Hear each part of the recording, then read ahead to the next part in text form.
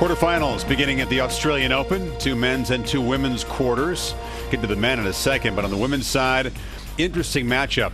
Caroline Wozniacki, the #1 seed, seeking her first slam title, had breezed through. Brad hadn't lost a set. Her opponent, Francesca Schiavone, at age 30, somehow trying to recover from the longest women's match in Grand Slam history in the Open era. 4 hours, 44 minutes. You felt it was superhuman if she came into this match with legs, but she somehow had them. Well, the marathon woman came out of the gates, hitting that backhand, moving around like it was no problem. She took it to Caroline Wozniacki in the first set.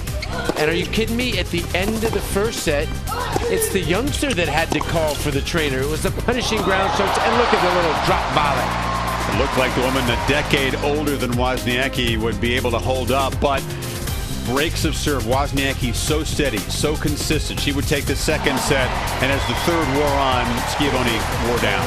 To me, it was a younger player that was more consistent, and in the end, the 30-year-old got a little bit tired, but great effort to put in the hard yards that she did. Leading off China, back to the semis for the second consecutive year, and she beat Wozniacki a couple of times in Australia. 2-1 head-to-head edge, pretty even match. Kleisters and Zvonareva are favorites in the other quarterfinals, but Kvitova, keep an eye on her, a potential upset.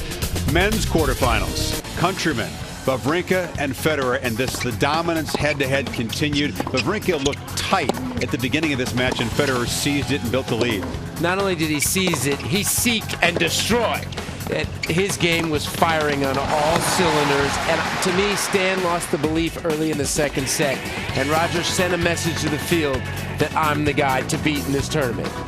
There's some fun points here. Federer at times just toying with his friend, but surrendering just 7 games. Federer moves to the semis having lost 3 sets. Novak Djokovic has lost only 1 set, and that was a 10-8 tiebreak back in the second round. He knew he had to step up against Tomas Berdych at the top of the screen, who had beaten him at Wimbledon. Djokovic on fire. Berdych brought in his A game, and I think that elevated what Djokovic needed to do. But tonight, it was the superior movement and defense from Djokovic. And look at this shot. Oh, pretty lob.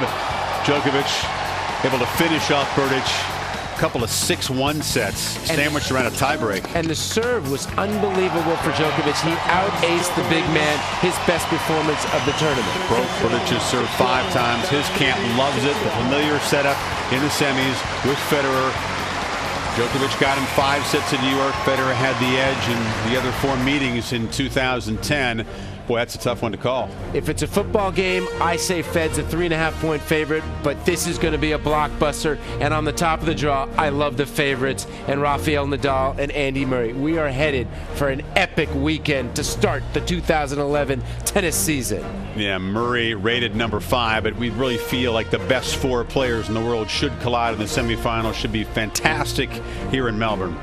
We invite you to join us. Quarterfinal action on the other halves of the draw, 7 o'clock Eastern time on ESPN2. The 2 women's quarters, followed by the Murray-Dolgopolov match. The night match will be Rafa and Ferrer. Hope you'll join us from down under.